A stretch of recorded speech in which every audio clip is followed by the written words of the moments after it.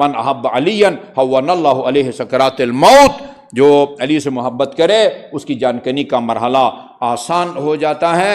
من احب علی جعل اللہ قبرہ روضۃ من ریاض الجنہ، اللہ تعالیٰ اس کی قبر کو جنت کے باغات میں سے ایک باغیچہ بنا دیتا ہے۔ ویسے بھی حدیث مشہور ہے، القبر اما وہ جنت یا تو روضۃ من ریاض الجنہ او حفرۃ من حفر النار، قبر انسان کے لیے یا جنت کے باغات میں سے ایک باغیچہ ثابت ہوتی ہے یا جہنم کے گڑھوں میں سے ایک گڑھا ثابت ہوتا ہے۔ ویسے بھی اب یہاں بتا دیا کہ یہ کس کے لیے وہ جنت کا باغیچہ ثابت ہوتا ہے۔ ظاہر ہے جب علی کے محب کے لیے جنت کا باغیچہ ثابت ہوگا، پھر علی کے دشمن کے لیے وہ جہنم کے گڑھوں میں سے ایک گڑھا ثابت ہوگا۔ جعل اللہ قبرہ روضۃ من ریاض الجنہ من احب، یہ طولانی روایت ہے خاصہ۔ من احب علی اثبت اللہ فی قلبہ الحکمہ، اللہ تعالی حکمت کئی معنوں میں استعمال ہوا ہے، ان کو نوٹ کر لیں۔ ایک حکمت مصلحت کے معنی میں استعمال ہوتا ہے، نماز صبح 2 رکعت ہو اس میں کیا حکمت ہے، جس کو آپ فلسفہ کہتے ہیں۔ ظہرین اور عشاء کیوں 4 رکعت ہے، اس میں کوئی نہ کوئی حکمت ہے۔ خانہ کعبہ کا طواف کیوں 7 لگائیں، 8 کیوں نہ لگائیں، 10 کیوں نہ لگائیں، 12 کیوں نہ لگائیں، اس میں کیا حکمت ہے۔ شیطان کو 7 کنکریاں کیوں ماریں، یہ حکمت آپ جس کو فلسفہ کہتے ہیں۔ ایک حکمت کا یہ معنی ہے۔ دوسرا حکمت یہ فلاں آدمی حکمت کرتا ہے، ہاں، یعنی حکیم جو ہوتے ہیں، حکیم یہ معجون اور صفوف بنا کے آپ کی بیماریوں کا وہ علاج کرتے، ایک یہ حکمت ہے۔ یہاں حکمت سے مراد چیزوں کی حقیقت کو درک کرنا۔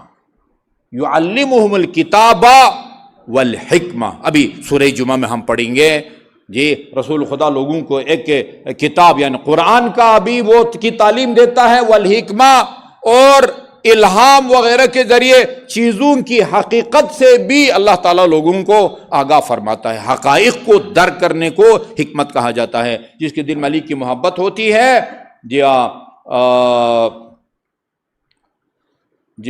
وہ اس کی حکمت کو اثبت اللہ فی قلبہ الحکمت، اس کے دل میں حکمت کو اللہ تعالیٰ پیدا فرماتا ہے۔ وَأَجْرَى عَلَى لِسَانِهِ الصَّوَابَ، اور ہمیشہ اس کی زبان سے حقیقت اور درست بات جو ہے وہ صادر ہوتی ہے، بشرطی کہ وہ اس کے دل میں علی کی محبت ہو۔ وَفَتَحَ اللَّهُ عَلَيْهِ أَبْوَابَ الرَّحْمَةِ، آگے بھی روایات ہے، جس کے دل میں علی کی محبت ہو، سُمِّيَ فِي السَّمَاءِ وَالْأَرْضِ أَسِيرُ اللَّهِ، وہ زمین اور آسمان میں اللہ کے اسیر اور قیدی کے نام سے پکارا جاتا ہے۔ ہاں، اسیر جو ہے وہ تمام تر جیل کے قوانین کے پابند ہوتا ہے، جیلر کے کنٹرول میں ہوتا ہے۔ اسی طرح اسیر اللہ یعنی اس کی ایک حرکت بھی اللہ تعالیٰ کی مرضی اور اس کے منشا کے خلاف نہیں ہوتی۔ اچھا جی، بندہ تعجب کرتا ہے، الا من احب علی، حب علی کے درجے ہیں، حب علی کے درجے۔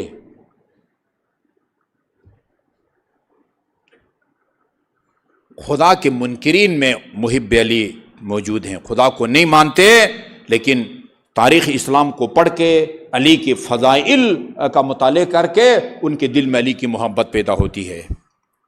مسیحیوں میں، عیسائیوں میں علی علیہ السلام کے آپ کو محب ملیں گے۔ یہ من جملہ ان میں یہ جورجرداق عیسائی مورخ ہیں، جو علی کی جس فضیلت سے زیادہ متاثر ہوا اس نے علی کی اس فضیلت کے بارے میں کتاب لکھی ہے۔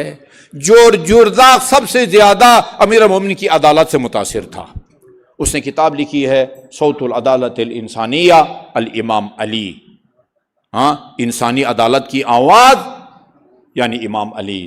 اس کے اندر اس کا ایک جملہ ہے، وہ نوٹ کرنے کے قابل ہے۔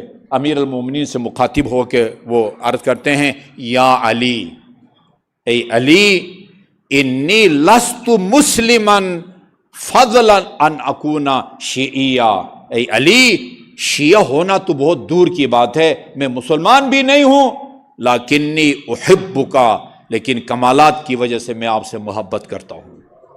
عیسائی بندہ کہتا ہے کہ میں علی سے محبت کرتا ہوں، یہ مرنے سے پہلے جنت تو اپنا مقام دیکھے گا۔ ایک عیسائی جو رسول کی رسالت کو نہیں مانتا،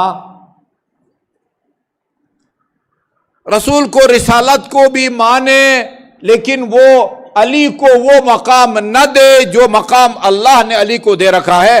درجنوں کتابیں بھی لکھے علی کی شان میں اور علی کی محبت کا دعوے دار ہوں، وہ مرنے سے پہلے نہ وہ کوثر کا جام پیے گا، بلکہ مرنے کے بعد بھی جنت کی خوشبو نہیں سونگھ سکے گا، جو علی کو وہ مقام نہ دے جو مقام اللہ تعالیٰ نے علی کو دے رکھا ہے۔